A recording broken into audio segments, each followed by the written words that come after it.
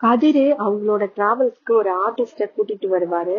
ராஜு கிட்ட உங்க தாத்தா எப்படி இருப்பாருன்னு அவர்கிட்ட சொல்லு, அவர் அதே மாதிரி வரைஞ்சு தருவாரு அப்படின்னு சொல்லிட்டு ராஜி எப்படி இருப்பாங்க அப்படின்னு சொல்லிட்டு சொல்லுவாங்க. ஆர்டிஸ்ட் அதே மாதிரி வரைஞ்சு கொடுப்பாரு. கோமதியோட அம்மா பிறந்தநாள குலதெய்வம் கோயில்ல வச்சு கொண்டாட போறாங்க. அதுக்காக விருந்துக்கெல்லாம் ஏற்பாடு பண்ணிருப்பாங்க. விருந்துக்கு ஏற்பாடு பண்ண இடத்துல குமரவேல் போன் பண்ணி சமையலுக்கு நாளைக்கு ஆள் வந்துருவாங்களா, எல்லாம் ரெடியா அப்படின்னு கேட்பாரு. அப்பதான் அந்த ஆள் சொல்வாரு, வீட்டுல துக்கம், அதனால வர்றது கஷ்டம் அப்படின்னு சொல்வாரு. என்னங்க இப்ப வந்து சொல்றீங்க, இப்ப வந்து சொன்னா நான் என்ன பண்ண முடியும் அப்படின்னு குமரவேல் கேட்டதும், நான் வேணும்னா வேற சமையல்காரர்கிட்ட சொல்லி ஏற்பாடு பண்ணி தரேன் அப்படின்னு சொல்வாரு. புண்ணியமா போகும், முதல்ல அதை பண்ணுங்க, நாளைக்கு சொதப்பிடாம காலையில வந்து சமைச்சு கொடுத்துருங்க அப்படின்னு சொல்லுவாரு.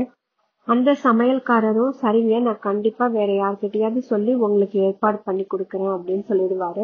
வீட்டுல கோயிலுக்கு கிளம்புறதுக்காக எல்லாருமே ரெடியா இருப்பாங்க. மாரி, வடிவு, கோமதியோட அம்மா, முத்துவேல், சக்திவேல் எல்லாருமே ரெடி ஆயிடுவாங்க. முத்துவேல் அவங்க அம்மா கால்ல விழுந்து ஆசீர்வாதம் வாங்குவாரு.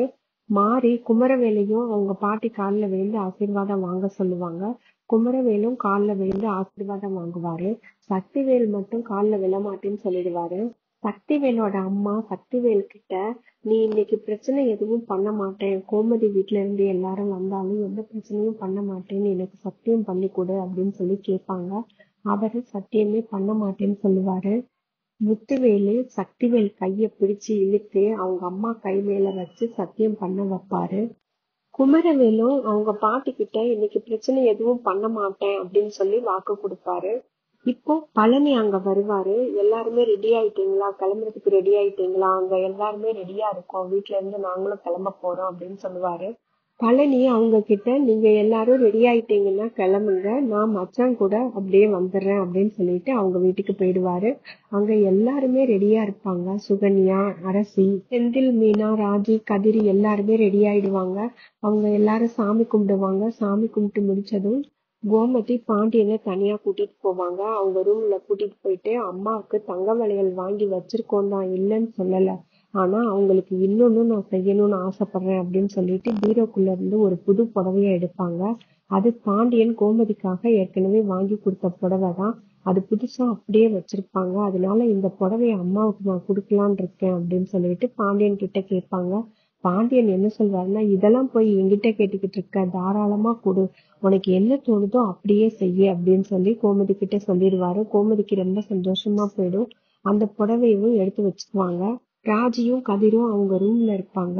ராஜி நல்லா அழகா ஒரு பட்டு புடவை கட்டியிருப்பாங்க. கதிர் கிட்ட, இந்த புடவைய உனக்கு ஞாபகம் இருக்கா அப்படின்னு கேட்பாங்க. கதிர் ஒரு நிமிஷம் யோசிச்சுட்டு, ஓ இந்த புடவையா, அந்த சினிமாவில கட்டிட்டு வருவாங்கல்ல அப்படின்னு கிண்டலா சொல்லுவாரு. உடனே ராஜுக்கு கோவம் வந்துடும். இதே நீ செலக்ட் பண்ண புடவைதான் அப்படின்னு சொல்லுவாங்க. உடனே கதிரு, ஓ அப்படியா, ஆமா நான் செலக்ட் பண்ணதுதான் அப்படின்னு சொல்லிட்டு அப்படியே விட்டுருவாரு. அதுக்கப்புறம் ராஜி பூ வைக்கிறதுக்கு ரொம்பவே சிரமப்படுவாங்க. அதனால கதிரு அந்த பூவை வாங்கி அவங்களுக்கு தலையில வச்சு விடுவாரு. இதனால ஜி ரொம்பவே சந்தோஷப்படுவாங்க. ராஜியும் கதிரும் அந்த கண்ணாடியில ஜோடியா பார்க்கும்போது ரொம்ப அழகா கியூட்டா இருப்பாங்க. எல்லாரும் கிளம்புறதுக்காக கோமதி, ராஜி, கதிரு எல்லாரும் ரெடி ஆயிட்டீங்கன்னா வெளியில வாங்க அப்படின்னு சொல்லுவாங்க. அதனால ராஜி கதிரும் கிளம்புறதுக்காக வெளியில வந்துருவாங்க. மீனா செந்திலும் அங்க வந்திருப்பாங்க. அவங்களும் ரெடி ஆயிட்டு கிளம்பிடுவாங்க. நாளைக்கு எபிசோட்ல எல்லாருமே கோயிலுக்கு போயிருப்பாங்க. அங்க கோயில்ல போய் இறங்கின உடனே அங்க பெரிய பெரிய போஸ்டர் எல்லாம் வச்சிருப்பாங்க. அதுல பாண்டியன், கோமதி, அவங்க அம்மா 3 பேரும் இருக்கிற மாதிரி ஒரு போஸ்டர் இருக்கும். அதை பார்த்து கோமதியும் பாண்டியனும் ரொம்ப சந்தோஷப்படுவாங்க. அவ்வளவுதான், இன்னைக்கு எபிசோட் இதோட முடிஞ்சது.